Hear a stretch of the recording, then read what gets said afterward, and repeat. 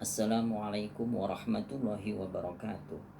Alhamdulillahilladzi syarafana 'alal umami bil Qur'anil Majid wa da'ana bi taufiqihi 'alal hukmi ilal amrir rasyid alladzi la ya'tihi al-batilu min baini yadayhi wala min khalfihi tanzilu min hakimin hamid.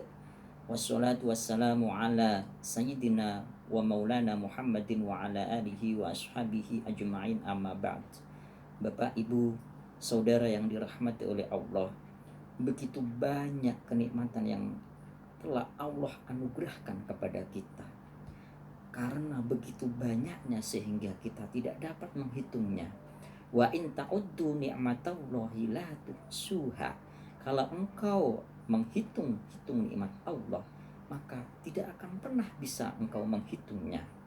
Di antara kenikmatan yang begitu agung yang sering kita lupakan, yang sering manusia lupakan adalah diturunkannya Al-Quran kepada Sayyidul Khalqi, kepada sebaik-baik makhluk, yaitu kepada baginda Nabi Muhammad Sallallahu Alaihi Wasallam. Kenapa diturunkannya Al-Quran itu kepada baginda Nabi Muhammad Sallallahu Alaihi Wasallam menjadi kenikmatan yang begitu besar? Salah satu alasannya terdapat dalam surat An-Nahl ayat ke-89. A'udzu billahi minasyaitonir rajim. Bismillahirrahmanirrahim. Wa nazzalna 'alaikal kitaba tibyana likulli syai'in wa hudan wa rahmah lil muslimin. Jadi wa nazzalna 'alaikal kitaba, kami turunkan kepada Muhammad Alkitab, Al-Quran, tibyana likulli syai'in, sebagai penjelas terhadap segala hal, sebagai penjelas terhadap segala problematika, wahudan, dan sebagai petunjuk, warahmah, juga sebagai rahmat, wa busyra lil muslimin, dan juga sebagai kabar gembira bagi orang-orang yang tunduk. Dari ayat ini dapat kita pahami bahwa Al-Quran diturunkan ke muka bumi ini setidaknya ada empat fungsi. Yang pertama adalah sebagai penjelas terhadap segala sesuatu, terhadap segala problematika. Imam Ibnu Katsir menukil dari pendapatnya Imam Ibnu Mas'ud dalam tafsirnya bahwa Al-Quran itu menjelaskan segala sesuatu baik yang lampau maupun yang akan datang. Al-Quran juga menjelaskan tentang halal haram. Al-Quran juga menjelaskan tentang segala hal hukum yang mana tidak bisa kita jelaskan dalam tausiah yang singkat ini. Yang kedua, Al-Quran sebagai huda, wahuda sebagai petunjuk. Al-Quranul Karim diturunkan sebagai petunjuk agar apa? Agar kehidupan manusia ini lebih terarah dan lebih lurus untuk menuju kepadanya. Dengan petunjuk Al-Quran, maka kehidupan akan bahagia, tidak hanya di dunia saja, akan tetapi akan mendapatkan kebahagiaan baik itu di dunia maupun dengan akhirat, maupun di akhirat. Yang ketiga, Al-Quran sebagai rahmat warahmah, yaitu dengan Al-Quran maka kita akan mendapatkan rahmat atau kasih sayang Allah. Dengan kita belajar, dengan kita mengamalkan ajaran Al-Quran, dengan kita berpegang kepada Allah, maka kita akan mendapatkan rahmat Allah, baik untuk diri kita sendiri ataupun untuk keluarga kita, dan juga untuk masyarakat. Yang keempat, Al-Quran sebagai busyra, Al-Quran sebagai kabar gembira. Bagaimana ini menjadi kabar gembira? Kabar gembira untuk siapa?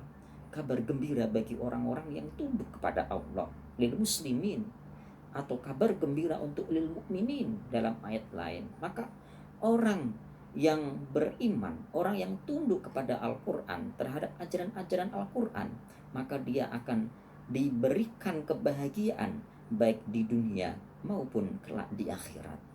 Oleh karena itu, karena begitu besarnya kenikmatan atas diturunkannya Al-Quran, dan perlu kita ketahui bahwa Al-Quran diturunkan pertama kali yaitu pada syahrul Ramadan, pada bulan Ramadan. Syahrul Ramadan alladzi unzila fihil Quran. Dalam ayat lain, inna anzalnahu fi lailatul qadar, bahwa Al-Quran diturunkan pada Lailatul Qadar. Akan tetapi dalam tradisi kita, sering kita peringati dengan nuzulul Quran, maka sudah seharusnya kita mensyukuri nikmat yang agung ini, nikmat yang sering kita lupakan ini. Pertanyaannya, bagaimana kita mensyukurinya? Kita mensyukurinya adalah dengan memperbanyak membaca. Kita mensyukurinya dengan kemudian memahaminya. Setelah memahaminya, maka kita aplikasikan dalam kehidupan kita sehari-hari. Karena dulu para sahabat, para salafus soleh juga melakukan hal yang sama. Ketika Ramadan datang, maka mereka menyibukkan diri, mereka mempelajari Al-Quran, bahkan mereka meninggalkan halakoh-halakoh mereka. Mereka meninggalkan majelis-majelis ilmu mereka untuk apa? Untuk lebih fokus dengan Al-Quran. Kalau di bulan-bulan lain mereka belajar ilmu-ilmu yang lainnya, maka pada bulan Ramadan mereka fokus kepada mempelajari Al-Quran, mentadaburi Al-Quran, sampai-sampai mereka itu menjadikan bulan ini dengan bulan yang penuh dengan Al-Quran. Semoga dengan kita membacanya, kemudian kita memahaminya, kemudian kita aplikasikan Al-Quran ini dalam kehidupan kita sehari-hari, ini akan tumbuh cinta dalam diri kita, yang akhirnya kita akan mendapatkan keberkahan dan kemudian kita akan mendapatkan kebahagiaan baik di dunia maupun di akhirat kelak. Semoga bermanfaat.